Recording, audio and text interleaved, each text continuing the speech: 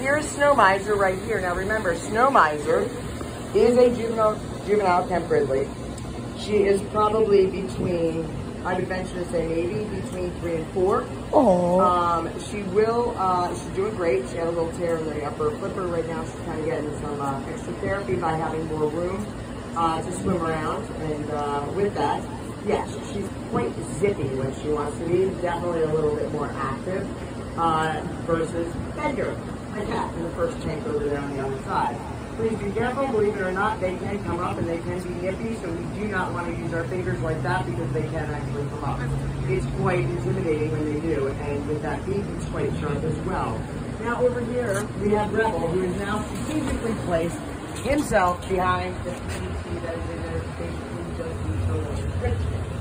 Quite sneaky, I might add, because now I can talk about the beautiful rock bottom of the pool, I can get to talk about the beautiful clear water that's now in the pool. Nicely played there, Rebel, nicely played. Now with that being said, I do want to share with you the humble beginnings of where the turtle hospital started from. Are you going to come over here and say hello? I mean, he's called Rebel. He's called Rebel for. Oh my goodness gracious! Yes, he is a rebel. A rebel without a cause. That's what I was telling him. Because here we are trying to get a good glimpse of him.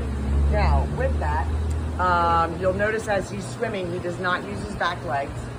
Unfortunately, he does suffer paralysis to the back flippers. However, once he gets going at a pretty good clip, don't let him pull you. Oh. He actually can breach the wall and come all the way up to here if he wants to. Oh, as he's swimming around, often you'll hear that click on the wall. Please just be aware of that. Sometimes he can get us soaking wet with that flipper splashing his back. But there is a nail on each of those front flippers, and if you're standing too close, it can catch you and cause pretty significant damage. It turns out they like to pick their teeth a lot after dinner. Go figure if they're going to eat those crunchies, the crabs, the crustaceans, and the finger lobsters. food. Exactly. He's got finger food, or he's just going to leave it there for later and then use that, you know, that extra nail and dig it out. I don't know when my next meal's coming. Yes, you do. It comes from us. So I have a funny thing about our loggerheads here. So out there, they are like